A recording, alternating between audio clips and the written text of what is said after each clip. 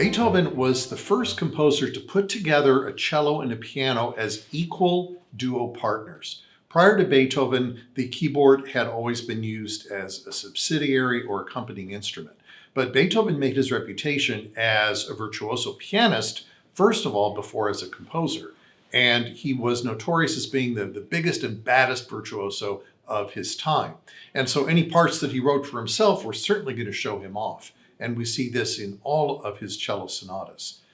His last examples of the genre were written in 1815. This was a very, very difficult time in Beethoven's personal life. He had resigned himself to being alone. He was not able to find a wife, which meant he was not able to have children. Financially, his life was a mess. He was just having a very bad time of it. And so he wrote very little music during this time. But two of the works he did complete were a set of sonatas for cello and piano that he dedicated to Hungarian Countess Marie Edodi, who was a fabulous pianist. She was a longtime friend of Beethoven's, and she has actually been mentioned from time to time as a possible candidate for the Immortal Beloved, the letter that Beethoven wrote in 1810 that was never sent. It was found in his effects after his death, and scholars have speculated about who this woman is.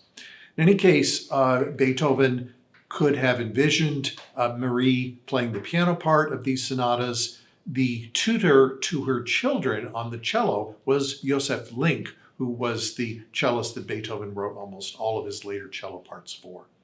So the sonata that we're going to play on the August 29th concert is the first of this set, number 1 in C major. And one of the hallmarks of Beethoven's late style, and certainly when we get into triple opus numbers, we're in the last 10, 15 years of Beethoven's life. The boundaries between movements start to dissolve. And as opposed to his early works where a movement starts, it stops, you turn the page, you go on to the next movement, it starts and stops and so on, Beethoven starts blending movements together. So you can look at this sonata as either being 4 movements or 2 movements, each of which contains a slow section and a fast section. Another hallmark of Beethoven's late style is extreme compression and compactness. There's not one note written that doesn't absolutely have to be played. And so the entire sonata, all 2 or 4 movements, only lasts about 15 minutes. The loftiness of Beethoven's late style is very apparent here. These are very deeply emotional works. They run the extreme from very slow to very fast, and all the way through, the instruments are conversing with each other. Sometimes one might be a little bit more important than the other, but it's a true duo in every meaning of the word.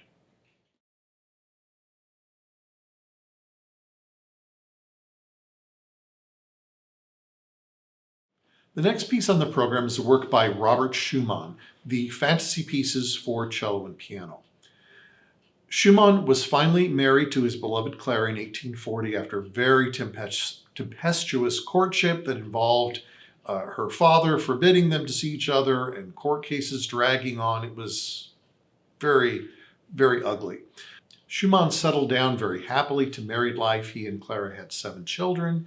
And one of the things that changed after Schumann was married is that he became much more conscious of the commercial potential of his music. Earlier, Schumann couldn't have cared less if anyone liked what he wrote. He just wrote what was in his heart, and some of it was very good, some of it maybe not so great, but Schumann was being totally true to his inner self. Clara was very practical. She was probably the greatest female pianist of the 19th century. She was a very significant composer in her own right, but she had 7 mouths to feed.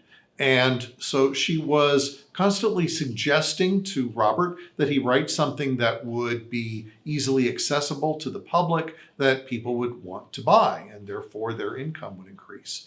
And so Schumann wrote a set of very, very beautiful chamber works for piano and different instruments. And the fantasy pieces that we're going to play were written in 1849. It's a set of 3. Originally, they were called soirée pieces or evening pieces, but Before they got to the publisher, Schumann decided to change over to fantasy pieces, which was a title that he used often for different sets of pieces that maybe did not have a specific program, but were suggested by poetic ideas. One of Schumann's, or maybe it was Clara's, idea to help the commercial viability of these works was to write them so many different instruments could play them. So they were originally visioned for the clarinet, but Schumann said on the title page, you can play them on the viola, you can play them on the violin, you can play them on the cello, and they work beautifully with all these different instruments. However, the piano part can only be played on the piano, and the whole set lasts about 11 minutes.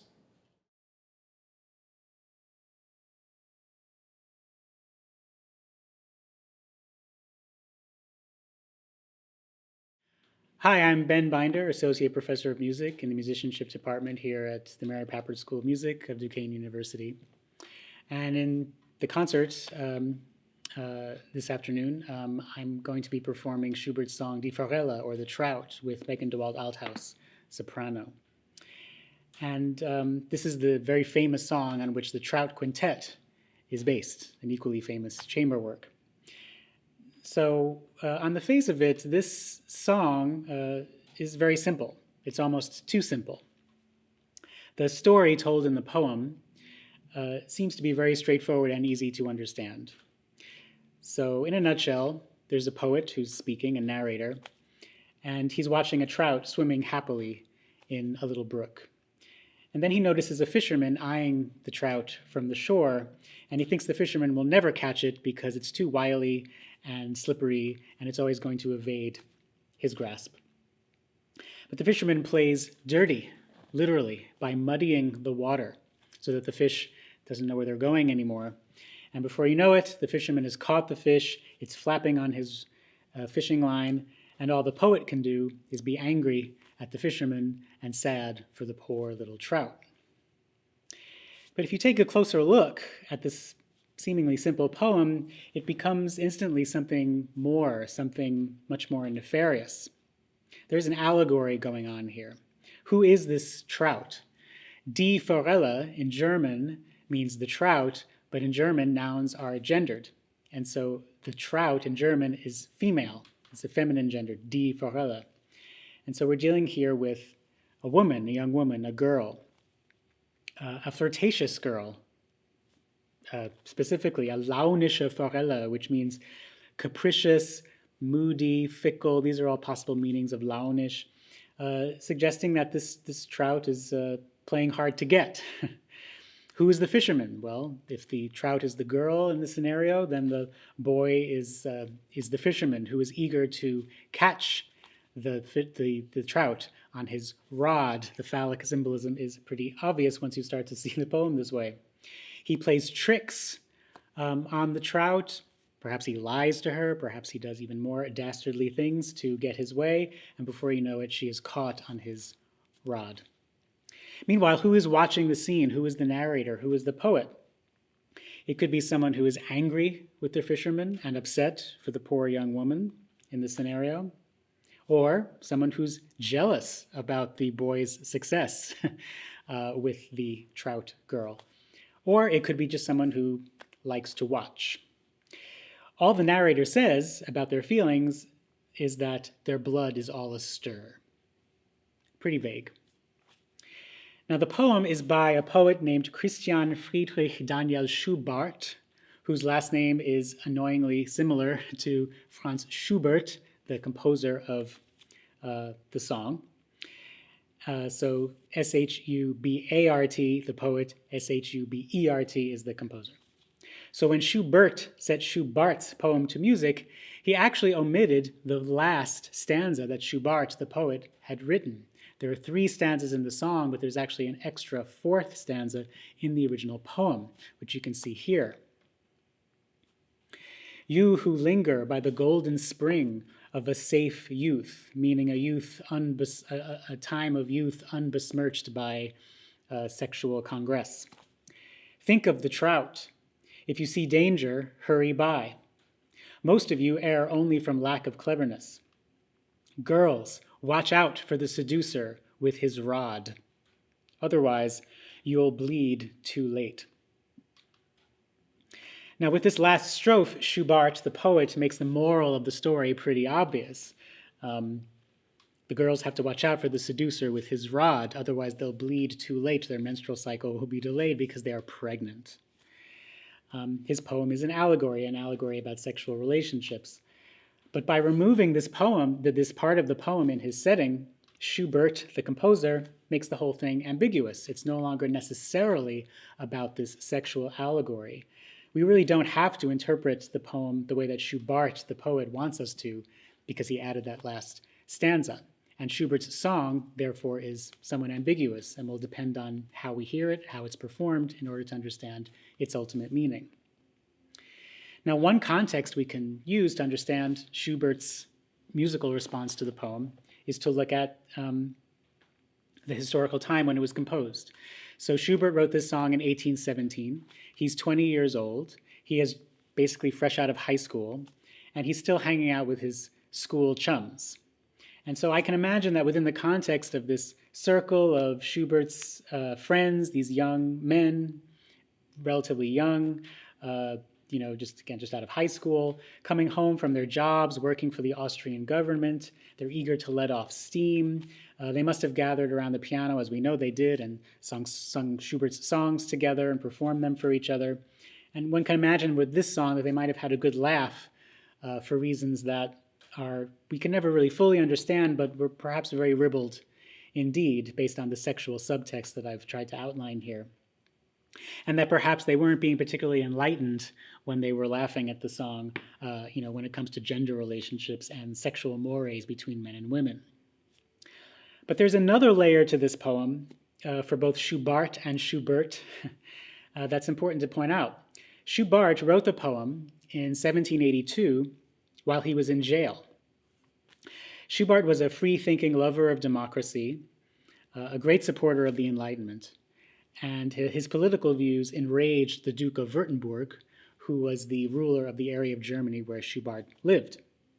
So the Duke tricked Schubert into visiting his palace one day by suggesting that all was forgiven, all of Schubert's political agitations were forgiven, and there were no hard feelings between the two of them. But as soon as Schubert arrived at the palace, the Duke immediately threw him into jail on false pretenses, and he remained in jail for 10 years. So from that perspective, Schubert's poem about the trout is really about political freedom. The trout is Schubert, and the fisherman is the Duke, who tricks the poet into visiting his palace and then putting him in jail. And the trickery of the poem is really that of those in power who would capture and silence those who fight for political freedom and ending censorship and things of that nature. Schubert adds the last stanza, the fourth stanza that Schubert does not include in his song. He adds that stanza because he wants the poem to be published, and he knows that if he allows the allegory to be political, it might not be published because the censors will block it. If he includes the last stanza that shows that it's actually a sexual allegory, that has no political objections that could be raised, and so it could easily be published. Now, Franz Schubert, the composer, knew all of this. In fact, he even called his song, Die Forelle, his tyrant song. He said nothing else about it, but from that little comment that we have from the records, we know that he was aware of this political context. And given Schubert's own early 19th century context of political censorship and repression, this political meaning may also have been there in his song. Now, of course, I can end here by saying, well, what does the music tell us? What do Schubert's notes that he wrote tell us about his interpretation of the poem? Well, as per usual, Schubert brings the whole scene to vivid, immediate life through his musical choices. The piano is depicting all of the activities that are happening in the scenario, in the story. He gives us the darting, slippery trout in the piano part. That you hear that ostinato refrain happening throughout the entire song, representing the fish. And then that same figure also doubles as the machinations of the cold, calculating fisherman as he's trying to see the trout in the water and figure out how to capture the trout. We can then hear the fishermen muddying the water through some dramatic music, and then we also hear the fish flapping furiously on the hook. But this, I think one of the most interesting things about this song is that it doesn't end sadly, as you might expect, with the narrator's blood all astir and so on. Instead, the music from the beginning of the song, this happy Trout music from the beginning of the song, returns unchanged, as if nothing had happened, as though everything were back to the way it was before, even though we know the trout has been captured. So the singer, the singing narrator of this song, in this case, Megan, their perspective on what they've just seen is very interesting and sometimes hard to read and hard to place. What the song means is going to depend on how it's performed and who is performing it. Is it a man or a woman? Are they young or not so young? So every singer must make a choice about who they are in this relationship of the narrator, the fisherman, and the trout, and how, of course, they want to interpret the poem's ultimate ending. So to find out how Megan and I decide to take this song, you'll just have to attend the concert. So we're looking forward to seeing you there.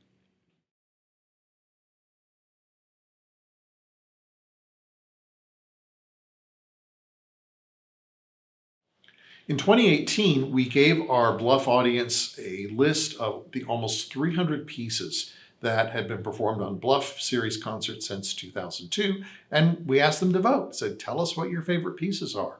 And people voted, and we read the results, and the top vote getter was the Trout Quintet by Schubert, which is the final piece on this afternoon's program. Why is it so popular? Well, there are a number of reasons. First of all, and I think most importantly, is there are just so many beautiful melodies. I mean, Schubert packed more melodies into this piece than some other composers would have used in their entire careers, and probably had some left over. So beautiful, memorable melodies. There is something very charming and fresh about the music. Schubert was only 22 when he wrote it, so he was still a very young person with a young person's passion and excitement and enthusiasm. Many of the dark clouds that came over his music in later years just are barely hinted at. So it's a very happy work, and therefore I think incredibly appropriate for our return to the Bluff and live concerts here at Duquesne University. The scoring of the work is unusual, and that has to do with the chronology of how the work actually came into place. So we start in 1816, and Johann Nepomuk Hummel, who was one of the most famous composers of his day, composed a septet for different instruments. It was very popular, and so Hummel made an arrangement of it for piano, violin, viola, cello, and double bass. This was also very popular. Okay. The next year, 1817, Schubert's song Die Forelle, or The Trout, was published. This was also very, very popular. So in 1819, Schubert went on vacation to the Austrian village of Steyr. And one of the people he met there was a music lover named Sylvester Baumgartner, who had a salon, a music salon in his house where he would have concerts. And Baumgartner loved the Hummel quintet version of the septet, and he loved the Schubert song, The Trout. So he commissioned Schubert to write a piece for the same forces of the Hummel quintet, violin, viola, cello, double bass, and piano, and that one of the movements would be a set of variations on Schubert's song, The Trout. And so Schubert did this, and one of the ways he fulfilled the commission was, in addition to the usual 4 movements that the quintet would take, he added a 5th movement, specifically with variations on the Trout. So this instrumentation is very individual. I don't know of any composer who has tried it since successfully. By having the double bass and the cello down at the bottom, carrying the bass lines, in a sense it liberates the pianist to play a lot on top of the piano, so that there's a certain brilliance to it. Every instrument has a very juicy part for themselves, so performers love to play it. One of the things that I think also makes the piece so appealing is that even though the actual Trout part of the piece is confined to the variations in the 4th movement, somehow Schubert magically makes us hear fish swimming all through the piece. There are constant accompaniment figures that suggest water. You have all the different instruments with darting figures that suggest a trout leaping into the air very athletically. Schubert just does an incredible job of making us see the trout, or maybe more trout than one, frolicking in the water. So it just adds to the happiness and the good feeling for this piece, which takes about 33 minutes.